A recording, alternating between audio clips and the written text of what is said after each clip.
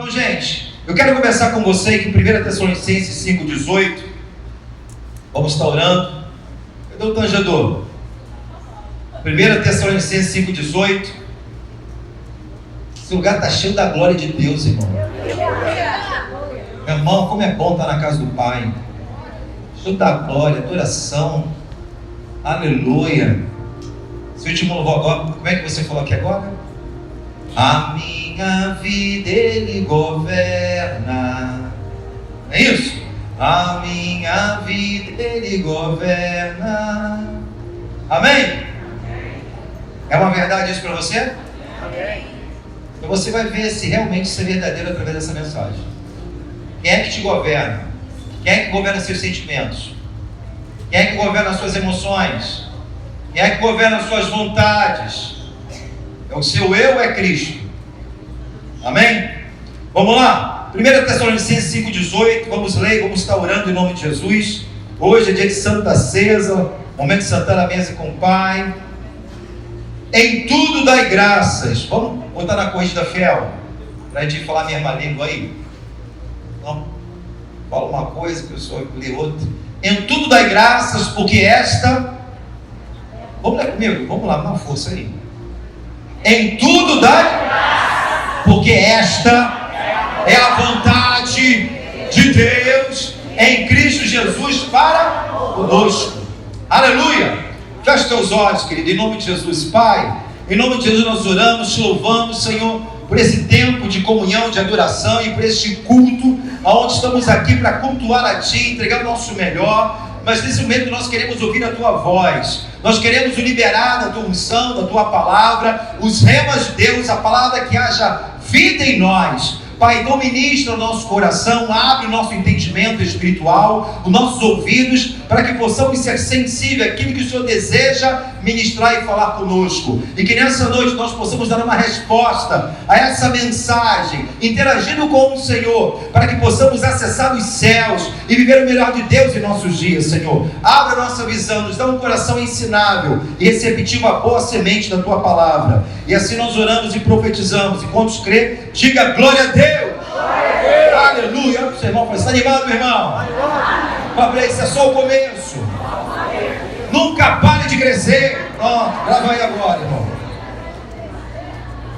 Paulo fala aqui algo muito interessante para nós, o ensinamento à igreja de Tessalônica, como também serve também para a nossa geração. Essa mensagem não é somente para a igreja da época, mas também para a igreja. Amém? Batista Nova Jerusalém de Olaria. E ele fala o seguinte: em tudo dai graças. Amém? Por quê? Porque essa é a vontade de Deus. Então você já tem um princípio e tem um porquê de você ter um coração grato. Porque essa é a vontade do Senhor para conosco. Então, gente, a palavra aqui do Senhor diz em tudo, e não por quase tudo. Pegou? Em tudo eu devo dar graça. Não é por quase tudo. Não, por isso eu dou, por outra coisa não. Então em quase tudo eu dou. Não. É em tudo eu devo dar graças ao Senhor. E um detalhe muito importante, eu sempre prego isso, eu quero falar para você. A palavra fala que não é por tudo que eu devo dar graça. A palavra me diz que é em tudo. Então eu não dou graças por estar doente. Eu não dou graças ao Senhor por estar enfermo, por estar desempregado, por ser injustiçado. É diferente. Eu dou graças em tudo, porque eu sei que independente das circunstâncias, pela fé, Deus está comigo e no controle de todas as coisas. Então Deus, Ele não quer que você dê graças por tudo. Por quê? Primeiro porque você não é masoquista. Amém? E Deus não está, meu irmão querido, insensível à nossa dor, o nosso problema, as nossas perdas, né? As situações que nós enfrentamos no dia a dia, os dissabores da vida. Então ele fala, não é por tudo que eu devo dar graças, mas em tudo. Ou seja, no meio do olho furacão, no meio da intempérie, no meio da dificuldade, eu sei pela minha fé que Deus está no controle através da sua soberania. Fala para o teu irmão, Deus é soberano. Então, querido, em meio a tudo isso, por meio da fé, nós cremos que Deus está no controle de todas as coisas. Porque em tudo, como diz em Eclesiastes capítulo 3, há um quê? Há um propósito. Há um tempo de chorar, há um tempo de sorrir, há um tempo de guerra, há um tempo de paz. E a palavra do livro de Eclesiastes fala que há um propósito para todas as coisas. Então, querido, nosso maior problema, infelizmente, é a gente querer questionar a Deus e não em confiar no Senhor.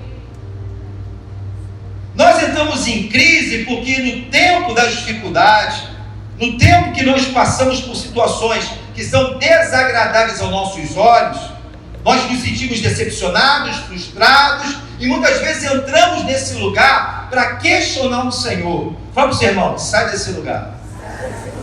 Eu preciso, querido, não é questionar, eu preciso é confiar que Deus é soberano e Ele está no controle da minha vida, como também na sua. Uma coisa, querido, eu tenho uma consequência do meu erro, do meu pecado. Uma coisa é eu entrei no deserto que eu me coloco, por não ouvir a voz de Deus, por ser precipitado, começo a fazer alianças erradas, não oro ao Senhor, não tenho direção de Deus e entro numa situação e vem uma consequência. Agora, uma coisa é você que é temente a Deus, você anda com o Senhor, você busca a direção, você está fazendo aquilo que é correto aos olhos de Deus e as coisas acontecem, porque na vida existem coisas boas e ruins. É algo natural. Isso acontece com qualquer ser humano. O Senhor, Ele fala que neste mundo nós teremos o quê? Aflições. Mas parou por aí? Não. Tem de bom ânimo, tem de vontade de vencer, porque se eu venci, você vai vencer.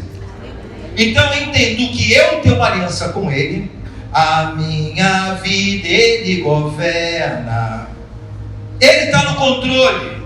Então não tem por que você temer, se desesperar, mas você precisa confiar naquele que é fiel. Eu preciso acreditar. Sai desse ambiente de questionamento e vai para um ambiente de confiança. Eu preciso acreditar. Então tem coisas, querido, entenda bem uma coisa, que Deus vai permitir a gente passar e você não vai compreender. Deus não tem que dar satisfação em tudo que Ele faz. Ele é Deus. Sim ou não? Sim. Em Deuteronômio capítulo 29, versículo 29, Ele fala: aquilo que é encoberto pertence ao Senhor, mas aquilo que é revelado pertence o quê? Aos homens. Existe outra versão que fala: aquilo que não é revelado é mistério. Fala mistério. Mas o que é revelado pertence ao homem. Já viu a pessoa chegar para você, os profetas, falam disso, né? Eu sei que usa isso, mas tem que ter um cuidado. Deus tem um mistério para você. Se é mistério, não vai me revelar. Porque a Bíblia fala que é mistério pertence somente a Ele. Mas o que Ele quer revela pertence a mim. Então, se é mistério, Deus não vai me contar, porque é mistério. Então, que Ele tenta bem. Então, em João capítulo 13, versículo 7, algo interessante aqui diz, né? João 13, 7. Respondeu Jesus e disse: o que eu faço não sabes tu agora, mas tu saberás o quê? Tem coisa que Deus faz hoje que você não compreende. Isaías 55, versículo 8 fala que os meus caminhos não são os vossos, os meus pensamentos não são os vossos pensamentos, mas os meus caminhos e pensamentos são muito, muito, muito, muito mais altos do que os seus, como os céus são mais altos que a terra. Então Deus está falando: olha, não se preocupe, eu tenho um pensamento, eu tenho um caminho, eu tenho algo para você. Só que até você chegar aonde Deus quer, existe um processo, e não aborte o processo. Eu preciso entender e compreender que Deus está no controle da minha vida, porque Deus está acima da lógica, Deus está acima da minha razão humana, Deus está acima da ciência. Então você precisa, você precisa confiar. Uma coisa interessante que na Escritura ensina que eu devo também pedir, mas também eu devo o quê? Agradecer.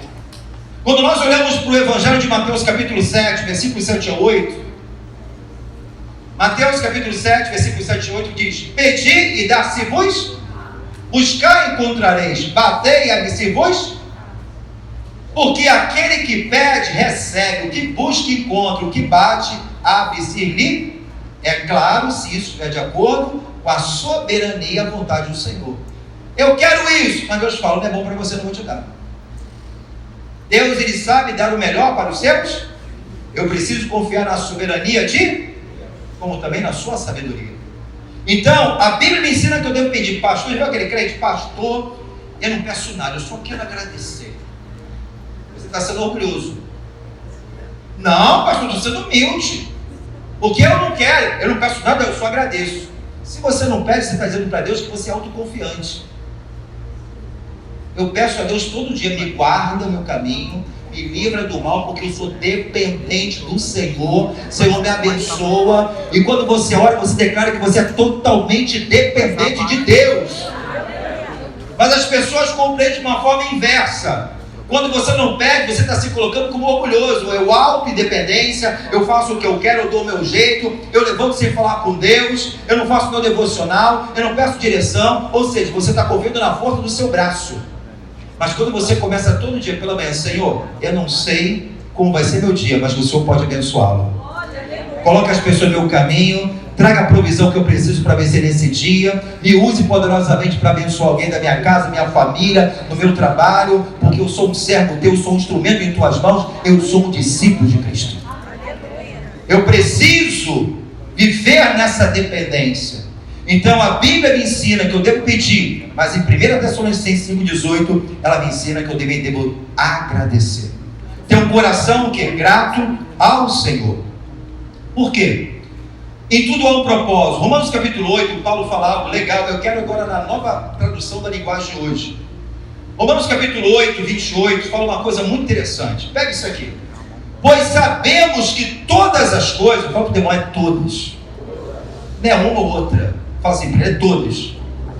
Não é aquela que ficou de fora, não, é todas.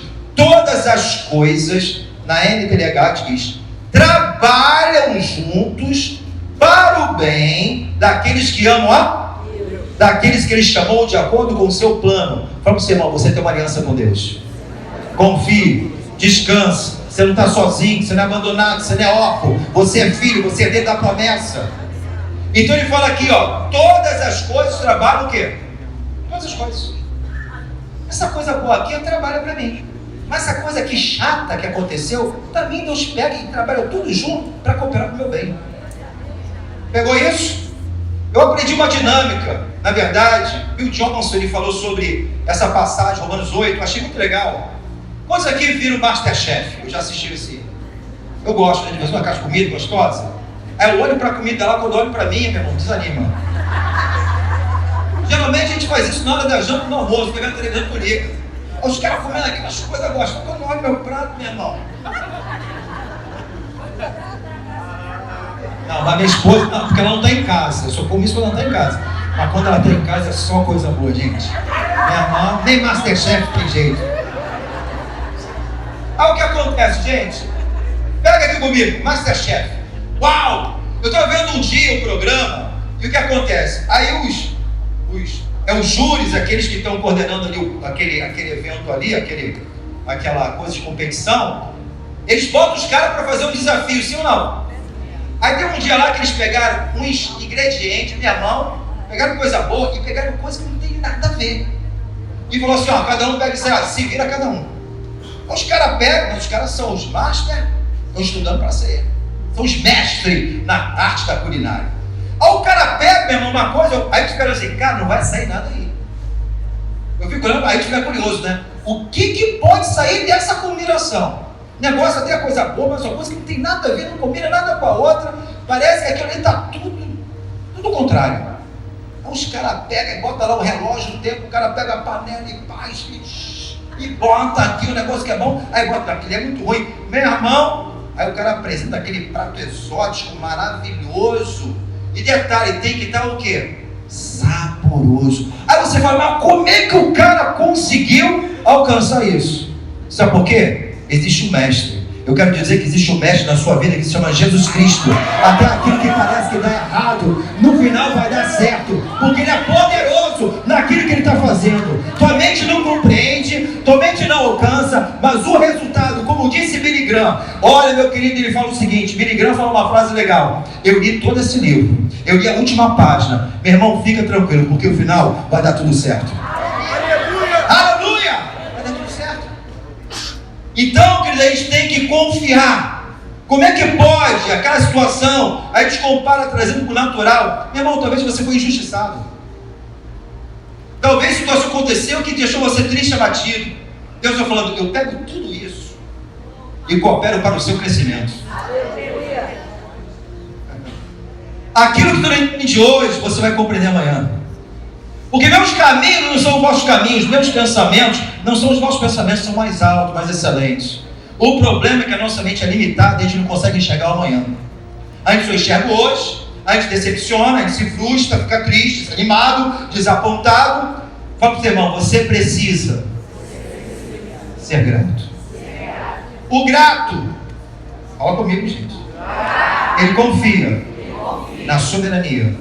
O ingrato, ele não confia, ele confia em si mesmo. Porque o grato, porque ele é grato, porque ele reconhece Deus em todos os seus caminhos. O grato está no ponto do ônibus, irmão. Aí passou aquele ônibus, estava atrasado para o trabalho. Meu irmão, aí o ônibus passou, aí ele ficou, meu irmão. Não consegui pegar, mas Deus, se eu não conseguir pegar esse ônibus, o Senhor sabe todas as coisas, talvez é o livramento. Porque ele reconhece Deus em todos os seus caminhos. O ingrato vai ficar oprimido, porque tinha que ser, eu tinha que conseguir. Se não fosse eu, não dá certo. Você coloca confiança em você. Você está dizendo para Deus que você é autossuficiente. O grato, ele entende que a vida dele está na mão de Deus. E ele nasceu para dar certo em nome de Jesus. Nós nascemos para ser mais que vencedores por meio de Cristo Jesus. Porque em Jeremias 29:11, na NTLH, Jeremias 29:11 diz o seguinte: só eu conheço os planos que eu tenho para vocês. Olha Deus falando. Cutuca teu irmão, fica animado aí, irmão, pelo amor de Deus. Só eu sei, conheço os planos que eu tenho para vocês. Prosperidade e não desgraça. Em um futuro cheio de esperança. Sou eu, o Senhor, que está falando sobre a sua vida. Aleluia. Não, você não entendeu não. Está muito fraco. Eu vou falar de novo. Sou eu que conheço os planos que eu tenho para você. Prosperidade e não desgraça. Um futuro cheio de esperança. Sou eu, o Senhor, que está falando. Meu irmão, fica aí. Você vai falar para o Senhor.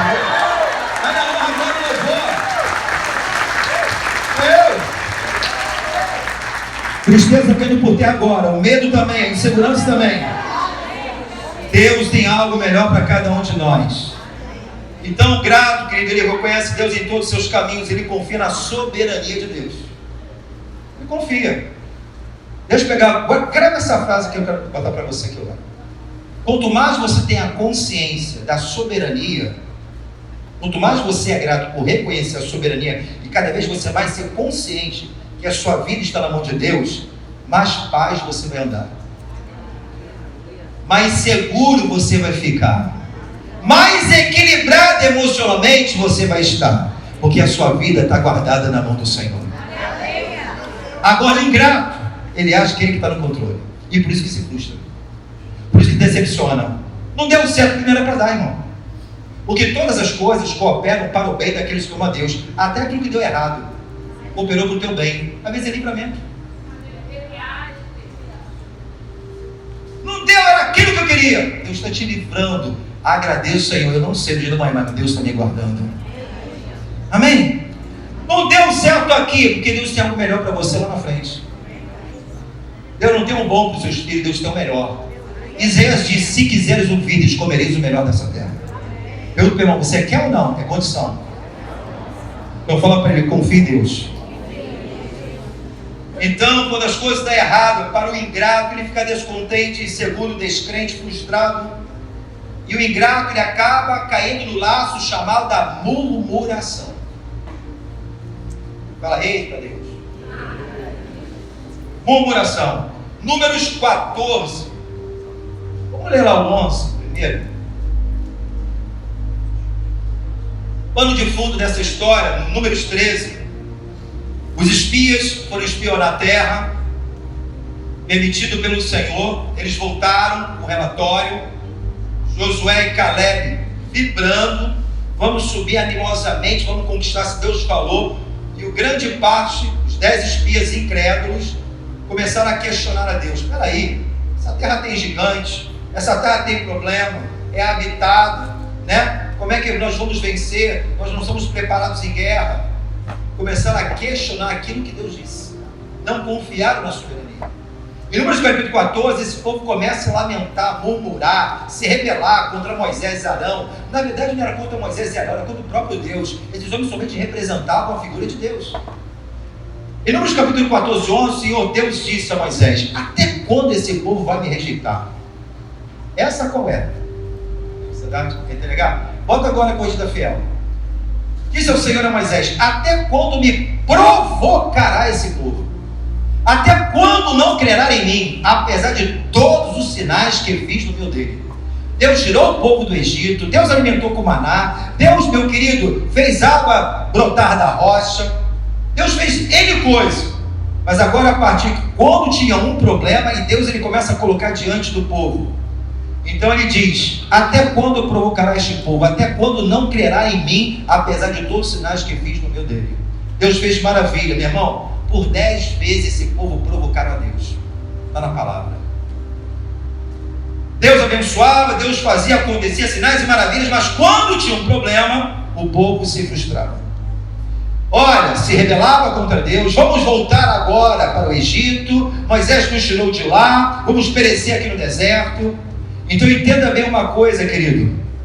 Todos viram a glória de Deus, mas mesmo assim provocaram ao Senhor na sua ingratidão, como também na sua incredulidade. Então uma das características do ingrato é porque ele tem memória curta. O ingrato, como seu irmão, ingrato, ele esquece fácil daquilo que Deus já fez na sua vida. O grato, ele agradece, ele não tem tudo, mas ele agradece a tudo e louva a Deus por aquilo que ele tem. Ele valoriza. Eu não tenho tudo que quero, mas eu dou valor e agradeço o meu Deus em tudo aquilo que Deus já me entregou. Esse é o espírito de gratidão. Quando você olha para Davi, você vê na luta contra o gigante circunciso filisteu, ele trazia em memória aquilo que Deus já fez na vida dele. Eu vou vencer esse gigante, esse circunciso filisteu, da mesma forma como eu fiz com o leão, com o urso, como Deus foi comigo, não será diferente. Eu vou abater esse gigante e o nome do Senhor será glorificado. Porque Davi tinha memórias, Davi ele guardava, ele tinha gratidão. O grato ele possui essa característica.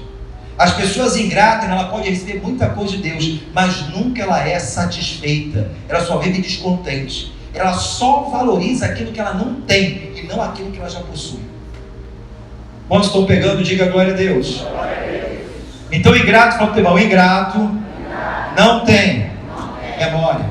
Prova disso, Lucas 17. Evangelho de Lucas 17, no versículo 17 ao 19. Algo de bom aqui, um aprendizado.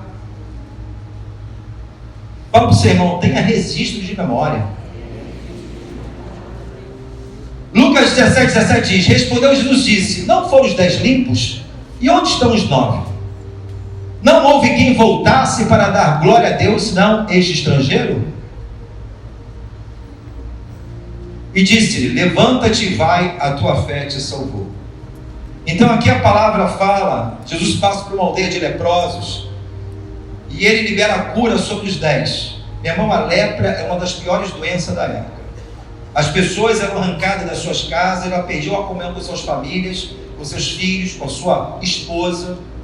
Ela ia para um arraial distante, ela tinha que andar com um sino, e quando passava alguém são perto dele, tinha que declarar: eu sou leproso. Se ele não fizesse isso, ele poderia ser morto e apedrejado, assim a lei da época dizia.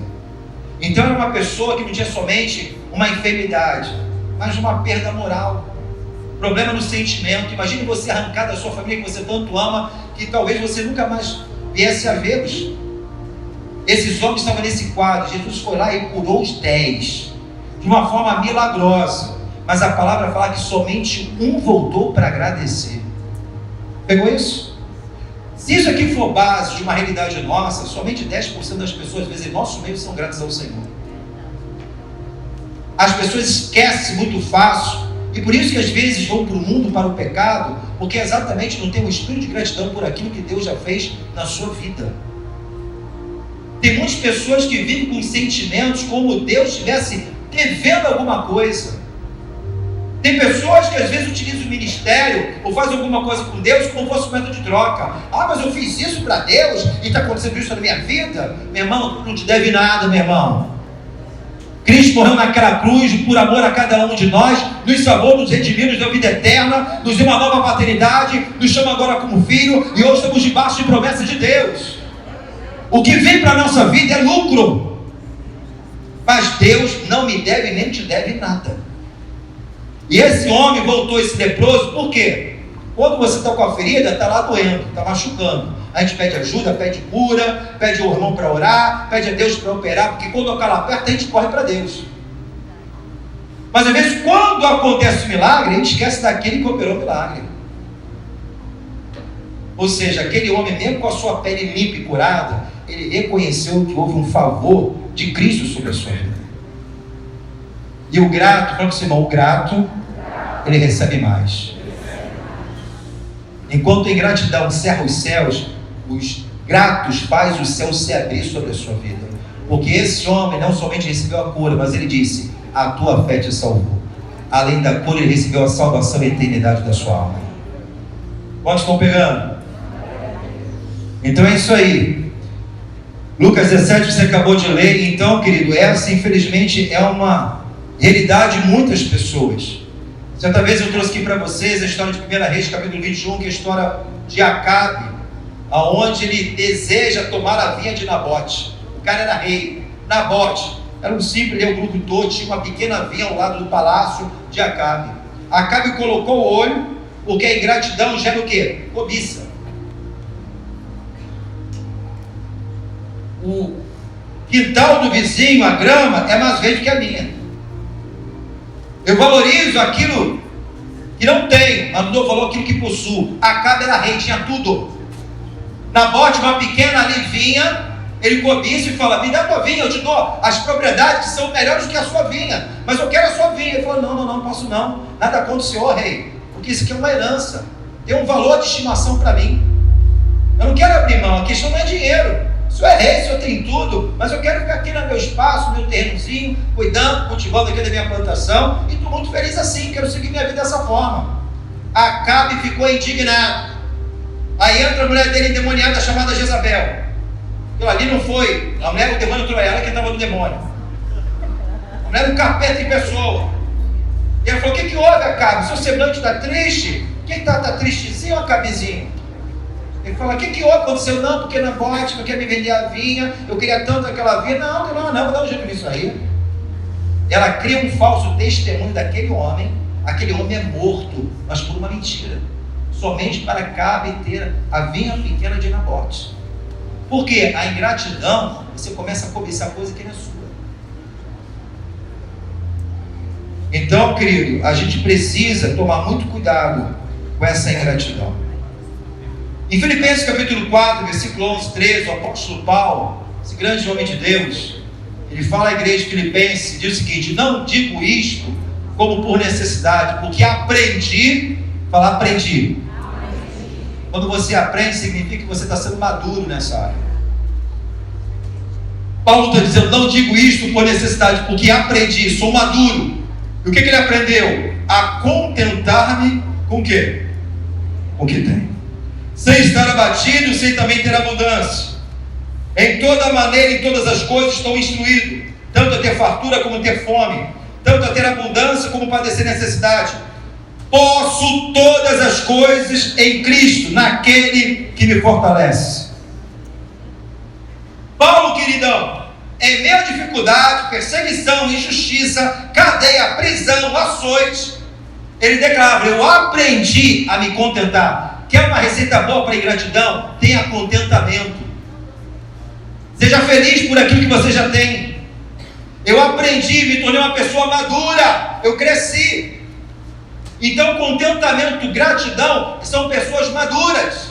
Elas são gratas porque reconhecem Deus em todos os seus caminhos. Esse homem sofreu tantas coisas, mas uma arma contra a ingratidão se chama contentamento. E isso é um sinal de uma maturidade espiritual. Esse homem passou o que passou, mas você não vê Paulo murmurando em relação a Deus. Eu fico olhando para esses missionários Ariadna, né? Contando que pessoas morrendo como mártires em países muçulmanos, isso acontece até hoje. Pessoas que não negam a Cristo. E um detalhe importante, os caras são açoitados, eles passam ali por torturas que você nem imagina. Na União Soviética, lá eles arrancavam o globo ocular das pessoas e arrancavam as unhas do dedo com alicate. Quando você faz isso, fica minando uma água que nunca seca. Dá mau cheiro. Certa vez, lá em Malafaia, teve lá numa igreja da União Soviética, lá, num lugar, uma reunião que era da época, no tempo que a igreja era mais perseguida. E ele falou, por que as pessoas estão com óculos escuros aqui com as luvas em suas mãos? Aí ele falou assim, no final do culto você pergunta para eles, achou estranho um grupo de pessoas com luva preta, óculos escuro, culto à noite? Os caras tinham um globo ocular arrancado por não negar a Cristo. E um detalhe importante, esses homens que morrem por mártire, você não vê eles murmurando, seja na cadeia ou na tortura, dizendo, Senhor, por que eu estou passando por isso? Não. Eles não acham nem digno de deixar de passar por isso por amor a Cristo. É homens que valorizam, entendem que existe algo maior para ser vivido. Se você só olha para essa vida, a Bíblia fala que nós seremos mais miseráveis de todos os homens. A nossa visão tem que abrir. Existe algo maior. E a nossa vida está nas mãos do Senhor. Aleluia. Então Paulo ele fala, aprendi a contentar-me. E eu quero aqui dar um exemplo maior do que Paulo, que se chama Jesus. Em João capítulo 6, versículo 11 ao 12, a nossa maior inspiração. Jesus tomou os pães e, havendo dado graças, repartiu-os pelos discípulos, e os discípulos pelos que estavam assentados, igualmente também dos peixes, quando eles queriam. Quando estavam saciados, disse a seus discípulos, recolheu os pedaços que sobejaram, para que nada se perca. Jesus ele pega no milagre da multiplicação, o lugar era deserto, não havia nenhuma venda, as pessoas estavam ouvindo a palavra, mais de 5.000 pessoas, era contabilizado somente com homens na história, fora mulher e criança. Os estudiosos acreditam que chegavam aproximadamente a 12.000 pessoas. Jesus ele pega, que vocês têm? Não temos nada. Vem um garotinho, 5 pães e 2 peixinhos, entrega na mão do multiplicador. Jesus, como filho de Deus, o dono de todas as coisas, ele agradece ao Senhor por aquilo que era insuficiente. Jesus, ele agradece ao Pai por aquilo que era insuficiente diante daquilo que ele estava vivendo ali, daquela realidade. Ele pega o pão, ele parte. E ali aconteceu o quê? A multiplicação. A gratidão tem um poder multiplicador sobre a sua vida. Enquanto a ingratidão fecha os céus, a gratidão faz os céus se abrir. É a chave que me acessa os céus. E não somente nesse episódio, onde ele agradece e vive o grande milagre, porque Deus se agrada. Jesus, na sua última santa ceia, como o dia de hoje, a última ceia de Jesus, que ele foi traído, ele sabia que era o traidor, ele se assenta à mesa, os discípulos, traidor sentado, ele sabia que ia ser traído, ele sabia que ia ser morto, ele sabia que ia ser entregue para uma pessoa que estava comendo com ele na mesa. Isso é injustiça, sim ou não? Dói ou não dói? Ele pega o pão e agradece ao Pai por aquela santa ceia. E você acha que você não pode ser injustiçado? Você acha que está isento de problema? Confie na soberania de Deus. Os gratos confiam na soberania. O ingrato está com confiança no seu braço de carne. A sua vida, quem está no controle não é você, mas é Deus. Então, querido, havendo dado graça, ele repartiu os discípulos, ali aconteceu o milagre. A gratidão promove o milagre da multiplicação. 12 cestos foram cheios, saciados a todos. Então fala para o seu irmão, a gratidão, o espírito de gratidão provém de Cristo. Ou são filhos de Deus? Então a gratidão tem que estar dentro de você. E a ingratidão? Provém do que dos infernos? É bíblico. É bíblico. Ezequiel 28, 3, 16 diz: estive no Éden, jardim de Deus. Está falando do diabo aqui, Satanás, capiroto, cara de borracha. Estive no Éden, jardim de Deus, toda pedra preciosa era a tua cobertura. O cara se vestia de sardônia, topázio, diamante, turquesa, ônix, jaspe, safira, carbúnculo, esmeralda, de ouro. Meu irmão, não era fraco não, hein? Bonitão, roupa linda, maravilhosa, de pedras preciosas.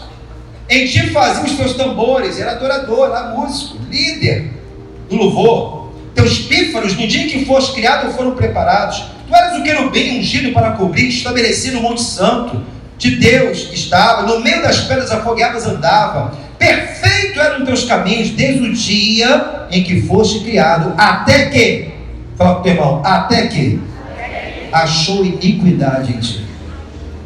Na multiplicação do teu comércio, enchendo o teu interior de violência, pecaste. Por isso te lancei profanado do monte de Deus e fiz perecer querubim cobridor do meio das pedras afogueadas.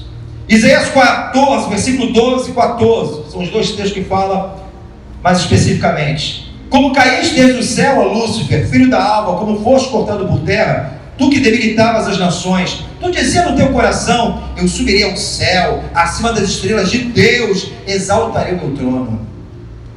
No monte da congregação me assentarei aos lados do norte, subirei sobre as alturas das nuvens, serei semelhante ao Altíssimo. Quer vir aqui com ele? Insatisfação, descontente. O cara se vestia, meu irmão, de pedras preciosas. Era um querubim ungido, estava ali do lado, próximo do Senhor, mas era pouco. Eu quero mais, eu quero estar acima de Deus, eu quero ser semelhante, eu quero construir o meu trono. Então, querido, nós encontramos a natureza da ingratidão no próprio diabo. Não valorizou o que tinha. O ingrato nunca se satisfaz, nunca. Ele sofre de uma insatisfação crônica, descontentamento, desânimo, cobiça, inveja, murmuração. E o diabo, ele tenta implantar a semente da ingratidão nos filhos de Deus. Foi isso que aconteceu lá em Gênesis, capítulo 3, versículo 1 ao 5. Gênesis 3, versículo 1 ao 5 diz o seguinte: ora, a serpente era mais astuta que todas as animais do campo. O Senhor Deus tinha feito e esta disse à mulher: assim que Deus disse, não comereis de toda a árvore do jardim. Foi isso que Deus falou para Eva e Adão? Para não comer de toda a árvore? Não. Deus falou para não comer somente de uma única exclusiva árvore. Isso que gera uma dúvida e uma mentira. Continuando. Vamos lá.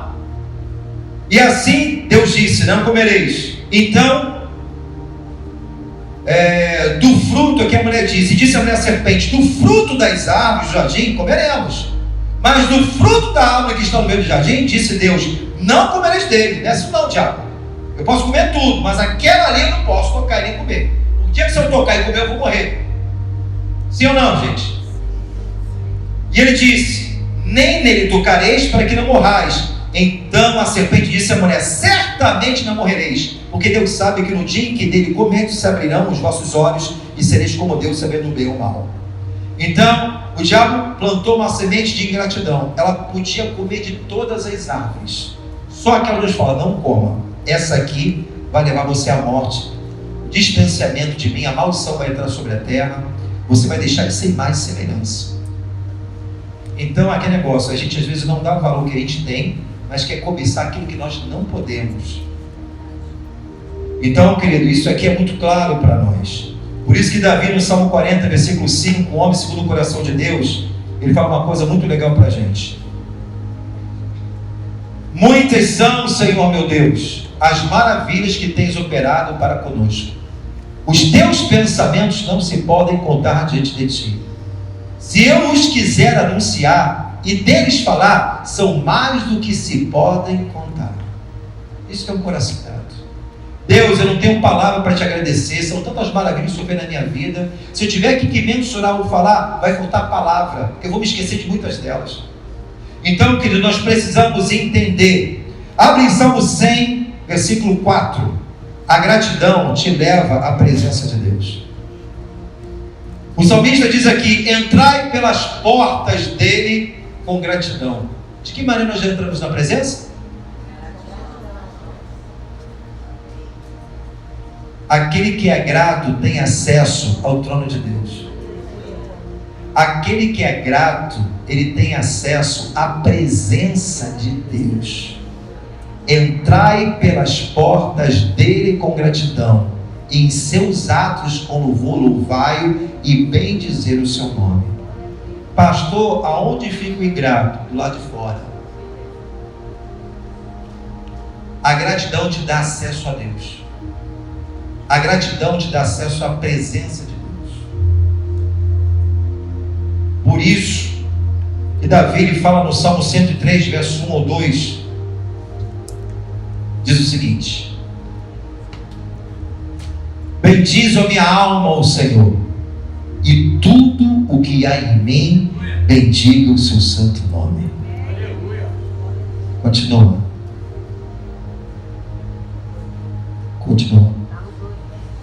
É esse mesmo? Perdão. Bendize a minha alma, ó Senhor, e não te esqueça de nenhum dos seus o quê? Benefícios. Amém? Por quê? A gente tem a tendência de esquecer aquilo que Deus é, aquilo que Deus faz por nós. Uma das orações que eu peço muito a Deus, e teve anos que eu orei muito por isso, hoje, não muito, mas já orei muito sobre esse pedido de Deus. Orava bastante sobre isso. Deus, quando eu olhava para a história bíblica de Israel, eu pedia, Senhor, que eu nunca venha esquecer daquilo que o Senhor já fez na minha vida. Que eu nunca venha esquecer de onde o Senhor me tirou. Que eu nunca venha esquecer daquilo que o Senhor já realizou na minha casa, na minha família, na sua igreja.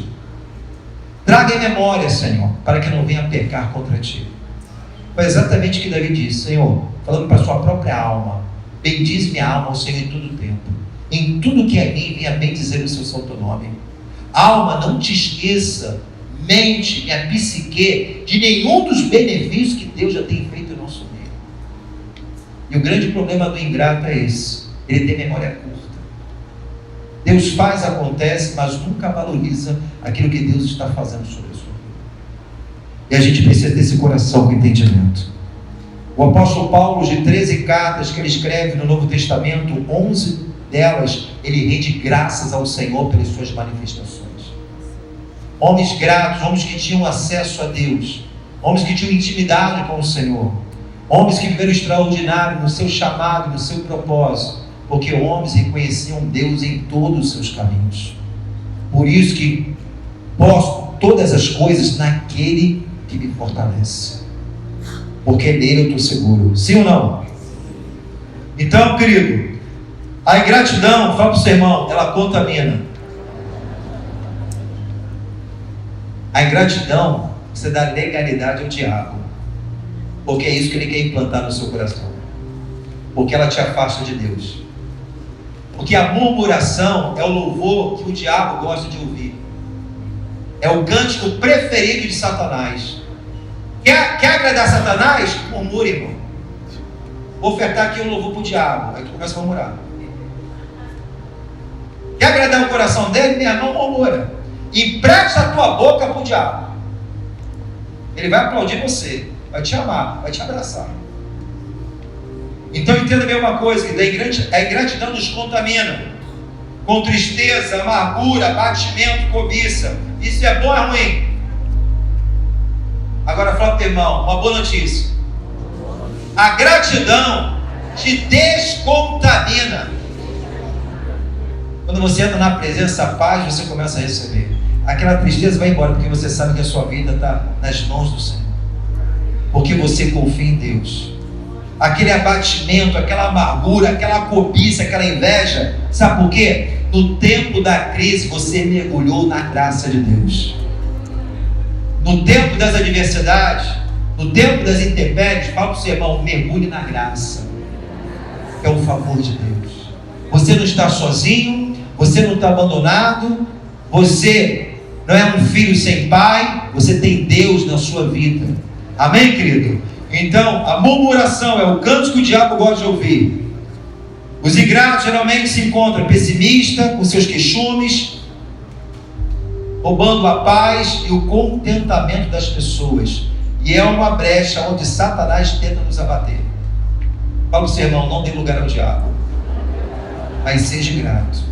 Em tudo, dê graças ao Senhor. O ingrato, ele não sai do lugar, querido, ele fica rodeando a bênção.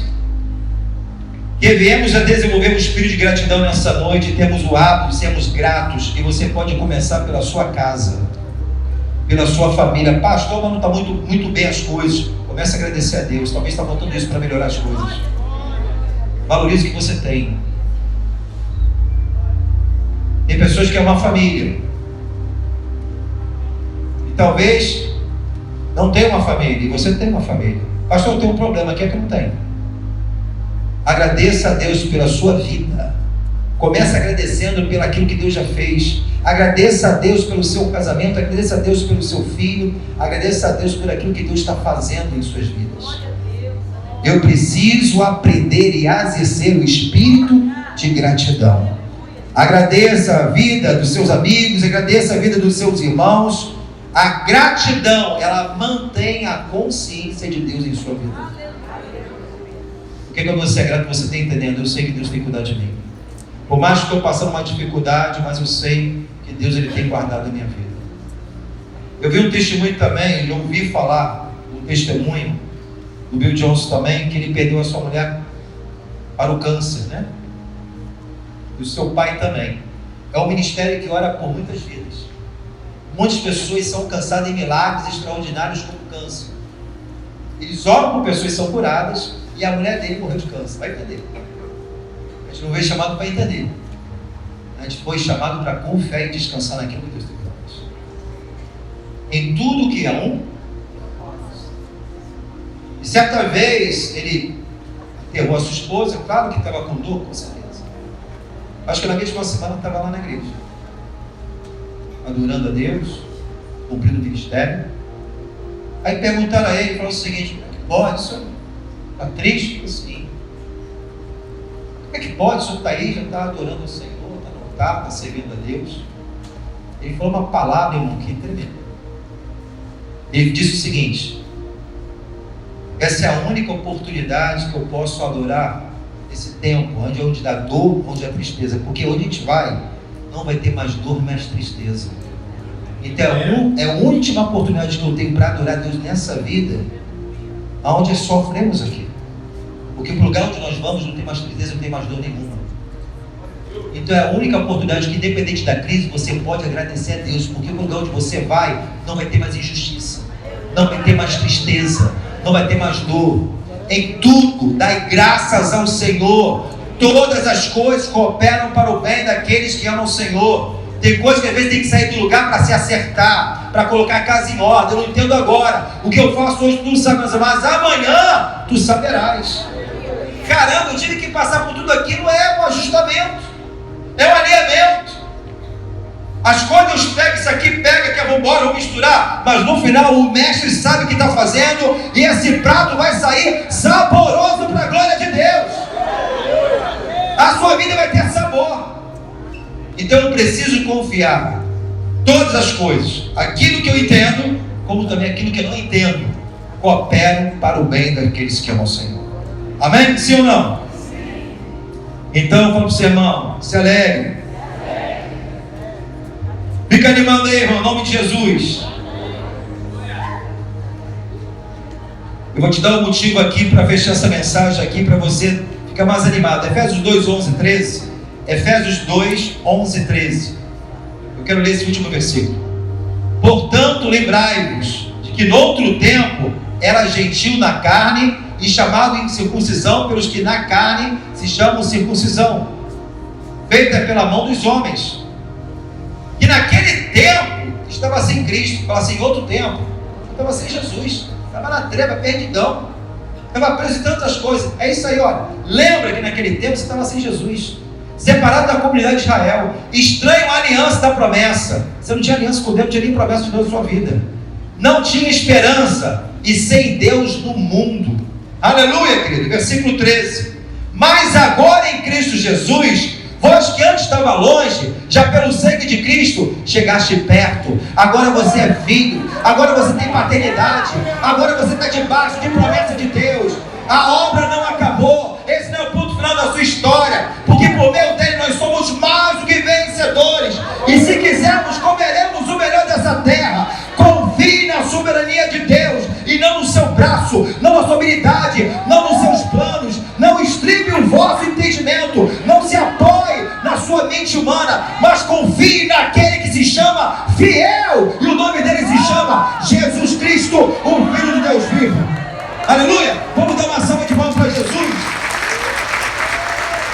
Olha o teu irmão, está animado, irmão?